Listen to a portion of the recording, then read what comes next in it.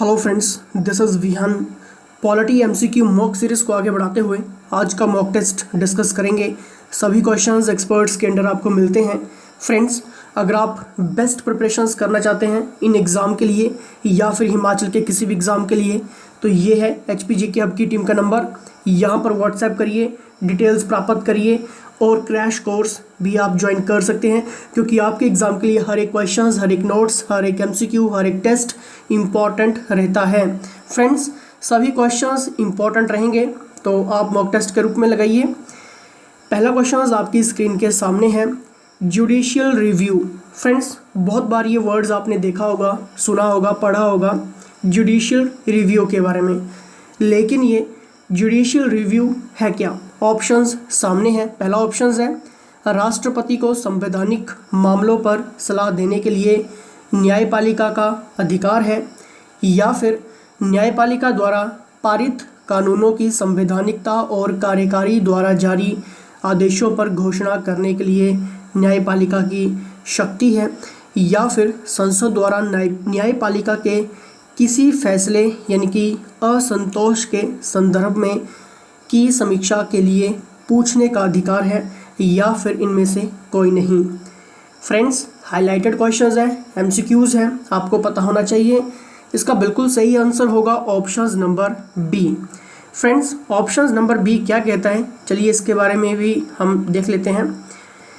न्यायिक समीक्षा एक ऐसी प्रक्रिया है जिसके तहत कार्यपालिका या विधायी कार्य न्यायपालिका के द्वारा समीक्षा के अधीन होते हैं। न्यायिक समीक्षा के लिए प्राधिकरण वाली अदालत उन कानूनों और सरकारी कार्रवाइयों को अमान्य कर सकती हैं जो एक उच्च अधिकारी के साथ असंगत है। एक कार्यकारी निर्णय को गैर कानूनी होने के लिए अमान्य किया जा सकता है, या किसी संविधान की शर्तों का उल्लंघन करने के लिए एक कानून को अमान्य किया जा सकता है। न्यायिक समीक्षा शक्तियों के पृथक्करण में जांच और संतुलन में से एक है। विधायी और कार्यकारी शाखाओं की निगरानी के लिए न्यायपालिका की शक्ति जब बाद में उनके अधिकार से हो जाती है। फ्रेंड्स, तो इसलिए option number B is the right answer. Judicial review क्या है? न्यायपालिका द्वारा पारित कानूनों की संवैधानिकता और कार्यकारी द्वारा जारी आदेशों पर घोषणा करने के लिए न्यायपालिका की शक्ति। ठीक है, तो ये क्वेश्चंस आपको क्लियर होना चाहिए था, इंपॉर्टेंट क्वेश्चंस है। चलिए नेक्स्ट क्वेश्चंस यहाँ पर देखते हैं। संसद में सामान्य नीति के मामलों पर सरकार के मुख्य प्रवक्ता कौन होते हैं? फ्रेंड्स, फेसबुक पेज को भी लाइक करिए, क्योंकि वहाँ पर भी आपको डेली महत्वपूर्ण क्वेश्चनों की सीरीज़ देखने को मिलती है। इंस्टाग्राम को भी फॉलो करिए, वहाँ पर भी आपको GK questions, one liner, current affairs, ये सब कुछ देखने को मिलता है, तो उसको भी आप फॉलो करिए। डिस्क्रिप्शन बॉक्स चेक करिए, लिंक वहाँ पर आपको मिल जाएगा। चलिए इसके बारे में सही आंसर होगा प्रधानमंत्री। फ्रेंड्स, भारत के प्रधानमंत्री, जैसा कि भारत के संविधान में संबोधित किया गया है, सरकार के प्रमुख, राष्ट्रपति के मुख्य सलाहकार, मंत्रियों की परिषद के प्रमुख और संसद के बहुमत दल के नेता हैं। प्रधानमंत्री भारत सरकार की कार्यपालिका का नेतृत्व करता है। प्रधानमंत्री संसदीय प्रणाली में सरकार की कार्यकारिणी में कैबिनेट और वरिष्ठ सदस्य होता है। प्रधानमंत्री देश के वास्तविक प्रशासन के लिए जिम्मेदार होता है। उन्हें भारत में मुख्य प्रशासक माना जाता है। वह भारत सरकार के मुख्य प्रवक्ता हैं। प्रधानमंत्री का ये कर्तव्य है कि वह राष्ट्रपति को समय समय पर मंत्री परिषद के सभी निर्णयों से अवगत कराता रहे। ठीक है, तो ऐसे क्वेश्चंस आपको क्लियर होने चाहिए। चलिए यहाँ पर नेक्स्ट क्वेश्चंस देखते हैं।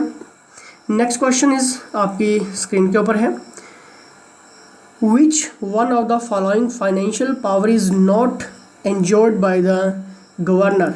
यानी कि राज्यपाल द्वारा निम्नलिखित में से किस वित्तीय शक्ति का आनंद नहीं लिया जाता है? फ्रेंड्स, HS की अगर आप प्रिपरेशंस कर रहे हैं तो ये क्वेश्चंस आपको आने चाहिए। ऑप्शंस आपके सामने हैं। राज्यपाल की सिफारिश पर राज्य विधानमंडल से पहले सभी मांगों के लिए अनुदान प्रस्तुत करता है। वह राज्य के आकस्मिक निधि का प्रभारी है और अप्रत्याशित व्यय को पूरा करने के लिए इसे आगे बढ़ा सकता है।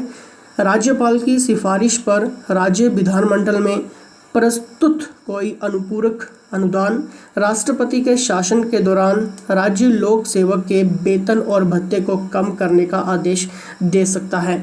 तो जल्दी से सोचिए इसका सही आंसर क्या होगा। फ्रेंड्स, इसका बिल्कुल सही आंसर होगा ऑप्शन नंबर डी, यानी कि राज्यपाल के पास वित्तीय शक्तियां और कार्य भी हैं। राज्यपाल की सिफारिश के बिना राज्य विधानमंडल में कोई धन विधेयक उत्पन्न नहीं किया जा सकता है। प्रत्येक वर्ष राज्यपाल द्वारा राज्य विधानमंडल के समक्ष बजट रखा जाता है। राज्यपाल की मंजूरी के बिना कराधान या व्यय का कोई प्रस्ताव नहीं किया जा सकता है। ठीक है फ्रेंड्स, फुल डिटेल्स आप व्हाट्सएप करके ले सकते हैं। एमसीक्यूज, नोट्स सब कुछ आप प्राप्त कर सकते हैं। निम्नलिखित आपातकालीन श्रेणियों में से कौन सा अभी तक घोषित नहीं किया गया है? सभी को क्लियर होगा, बहुत ही सिंपल सा है। The right answer is option number C, यानी कि वित्तीय आपातकाल, फाइनेंशियल इमरजेंसी। अनुच्छेद 360 के तहत वित्तीय आपातकाल यदि राष्ट्रपति संतुष्ट है कि एक आर्थिक स्थिति है जिसमें भारत की वित्तीय स्थिरता या ऋण को खतरा है, तो वह वित्तीय आपातकाल की घोषणा कर सकता है। इस तरह के आपातकाल को संसद द्वारा 2 महीने के भीतर अनुमोदित किया जाना चाहिए। इसे कभी घोषित नहीं किया गया है। ठीक है, चलिए नेक्स्ट यहाँ पर देखते हैं। नेक्स्ट क्वेश्चन, सभी क्वेश्चंस इंपॉर्टेंट हैं। नेक्स्ट क्वेश्चन, शिक्षा जो शुरू में एक राज्य विषय थी, समवर्ती सूची में किस संशोधन द्वारा स्थानांतरित की गई है? Very very important questions. चलिए जल्दी से बताइए इसका सही आंसर क्या होगा। The right answer is option number C, यानी कि 1976 के 42वें संशोधन अमेंडमेंट अधिनियम के माध्यम से 5 विषयों को राज्य से समवर्ती सूची में स्थानांतरित कर दिया गया है। ठीक है, तो ये भी आपको क्लियर होना चाहिए। Education, forest, waiters and measures, protection of wild, ठीक है, animals and birds, administration of justice. ठीक है, ये 5 आपको याद होनी चाहिए। ठीक है, नेक्स्ट क्वेश्चंस यहाँ पर देखेंगे। इस लेक्चर्स की PDF लेने के लिए आप व्हाट्सएप कर सकते हैं। भारतीय संविधान में कितने मौलिक अधिकारों का उल्लेख है? चलो ये जल्दी से बताइए। फ्रेंड्स, इसका बिल्कुल सही आंसर होगा बी, यानी कि 6। भारतीय नागरिक को 6 मौलिक अधिकारों की गारंटी देता है जो हमारा संविधान है। समानता का अधिकार, स्वतंत्रता का अधिकार, शोषण के खिलाफ अधिकार, धर्म की स्वतंत्रता का अधिकार, सांस्कृतिक और शैक्षणिक अधिकार और संवैधानिक उपचारों का अधिकार। ठीक है, चलिए नेक्स्ट यहाँ पर देखते हैं। नेक्स्ट क्वेश्चंस, एनसीपी की स्थापना किस वर्ष हुई थी? Very very important questions. कभी कभी क्वेश्चंस भी आपके एग्जाम में देखने को मिल जाते हैं क्योंकि काफ़ी पुरानी पार्टी है। चलिए जल्दी से बताइए। नेक्स्ट क्वेश्चन, इसका सही आंसर होगा ऑप्शन नंबर बी, यानी कि 1999। राष्ट्रवादी कांग्रेस पार्टी यानी कि एनसीपी भारत में केंद्रित राष्ट्रवादी राजनीतिक पार्टी है। एनसीपी का गठन 25 मई 1999 को शरद पवार, पी संगमा और तारिक अनवर ने किया था। एनसीपी का चुनाव चिन्ह एक एनालॉग घड़ी है जिसमें 10:10 पड़ता है। ठीक है, वहाँ पे ये मेंशन किए जो उनका चुनाव चिन्ह रहता है। ठीक है, तो ये आपको क्लियर होना चाहिए। ठीक है, एनसीपी की यहाँ पर बात हुई थी। ठीक है, नेशनल कांग्रेस की बात नहीं होती, तो कंफ्यूज मत होना। ठीक है, क्योंकि कई बार आप कंफ्यूज हो जाते हैं।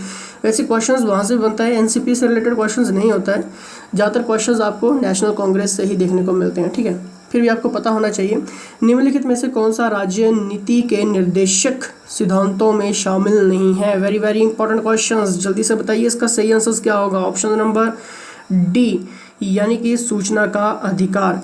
दोस्तों, भारत ने 1937 के आयरिश संविधान से डीएसपी को उधार लिया था। डीपीएसपी, ठीक है, डीपीएसपी को उधार लिया था। निर्देश सिद्धांत भारत के विधायक के सामने एक आदर्श रखते हैं जो नीतियों और कानूनों को फ्रेम करते समय उस रोशनी को दिखाता है। वे मूल रूप से देश के विधायिका और व्यवस्थापकों के लिए एक आचार संहिता है।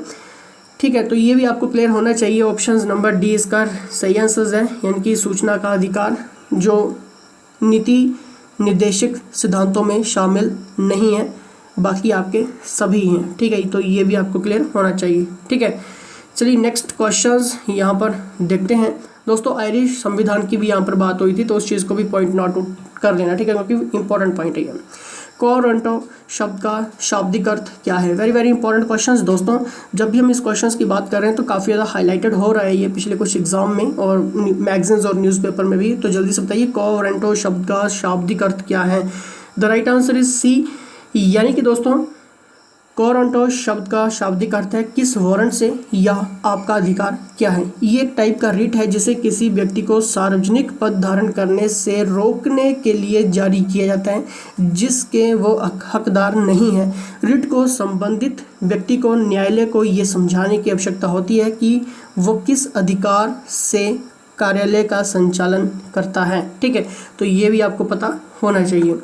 नेक्स्ट क्वेश्चंस यहाँ पर देखते हैं, वेरी वेरी इंपॉर्टेंट क्वेश्चंस की सीरीज चल रही है। निम्नलिखित में से कौन भारत में राज्य के कार्यकारी प्रमुख हैं? चलिए जल्दी से बताइए फ्रेंड्स। इसका बिल्कुल सही आंसर होगा ऑप्शन नंबर बी।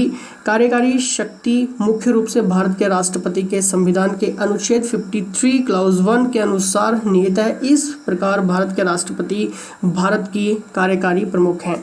दोस्तों अब आपने क्या करना है, ये है HPG की आपकी टीम का नंबर, यहाँ पर व्हाट्सएप करिए, डिटेल्स प्राप्त करिए, MCQs नोट्स टेस्ट आप ले सकते हैं और क्रैश कोर्स की जानकारी भी आप प्राप्त कर सकते हैं। एक भी सीरीज एक भी क्वेश्चंस मिस ना हो जाए। फेसबुक इंस्टाग्राम को भी फॉलो करिए और साथ में चैनल को भी सब्सक्राइब, बेल आइकन को प्रेस करिए। दोस्तों किसी भी फीडबैक के लिए कमेंट बॉक्स करिए और ज़्यादा हेल्प के लिए आप व्हाट्सएप कर सकते हैं। तो फिलहाल दोस्तों इसके साथ जय हिंद, जय हिमाचल।